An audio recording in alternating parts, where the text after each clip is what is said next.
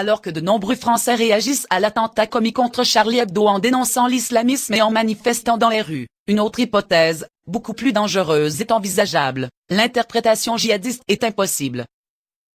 Dans ce reportage, France 24 a coupé la vidéo pour que l'on ne voit pas les assaillants exécuter un policier au sol.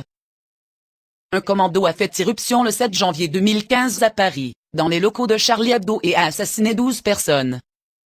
Sur les vidéos, on entend les assaillants crier Allah Akbar, puis qu'ils ont vengé Mahomet.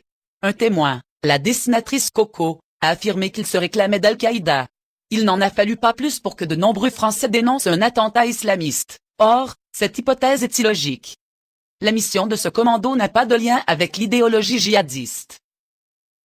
En effet, des membres ou des sympathisants des frères musulmans, d'Al-Qaïda ou de Daesh ne se seraient pas contentés de tuer des dessinateurs athées, ils auraient d'abord détruit les archives du journal sous leurs yeux, sur le modèle de ce qu'ils ont fait dans la totalité de leurs actions au Maghreb et au Levant. Pour des djihadistes, le premier devoir c'est de détruire les objets qui, selon eux, offensent Dieu, puis de punir les ennemis de Dieu. De même, ils ne se seraient pas immédiatement repliés, fuyant la police, sans avoir achevé leur mission. Ils auraient au contraire terminé leur mission, dussent-ils mourir sur place.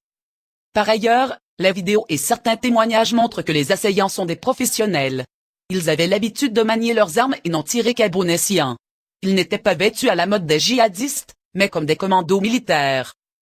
La manière dont ils ont exécuté ou seul un policier blessé, qui ne représentait aucun danger pour eux, atteste que leur mission n'était pas de venger Mahomet de l'humour gras de Charlie Hebdo.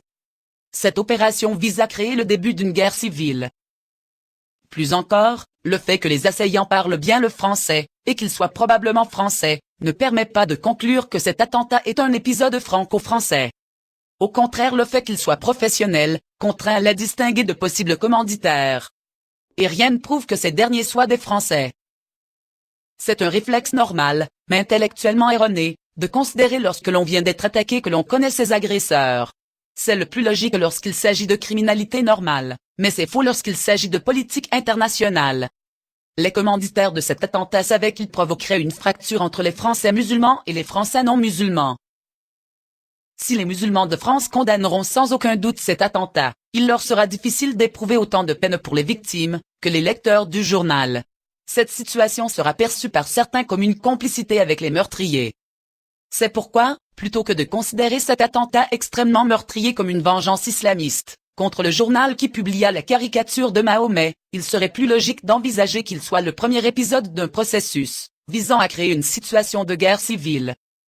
La stratégie du choc des civilisations a été conçue à Tel Aviv et à Washington. Ce n'est pas au Caire, à Riyad ou à Kaboul que l'on prône le choc des civilisations mais à Washington et à Tel Aviv. Les commanditaires de l'attentat contre Charlie Hebdo n'ont pas cherché à satisfaire des djihadistes ou des talibans, mais des néoconservateurs ou des faucons libéraux. N'oublions pas les précédents historiques. Nous devons nous souvenir qu'au cours des dernières années, nous avons vu les services spéciaux états-uniens ou de l'OTAN tester en France les effets dévastateurs de certaines drogues sur des populations civiles. Soutenir l'OAS pour tenter d'assassiner le président Charles de Gaulle. Procéder à des attentats sous faux drapeaux, contre des civils, dans plusieurs États membres de l'OTAN.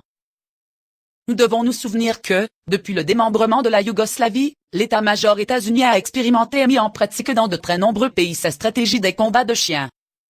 Elle consiste à tuer des membres de la communauté majoritaire, puis des membres des minorités en renvoyant les responsabilités dos à dos jusqu'à ce que chacun soit convaincu d'être en danger de mort. C'est de cette manière que Washington a provoqué la guerre civile aussi bien en Yougoslavie que dernièrement en Ukraine. Les Français seraient bien avisés de se souvenir également que ce ne sont pas eux qui ont pris l'initiative de la lutte contre les djihadistes revenant de Syrie et d'Irak. À ce jour d'ailleurs, aucun d'entre eux n'a commis le moindre attentat en France, le cas de Mehdi Nemmouche n'étant pas celui d'un terroriste solitaire, mais d'un agent chargé d'exécuter à Bruxelles 2 agents du Mossad.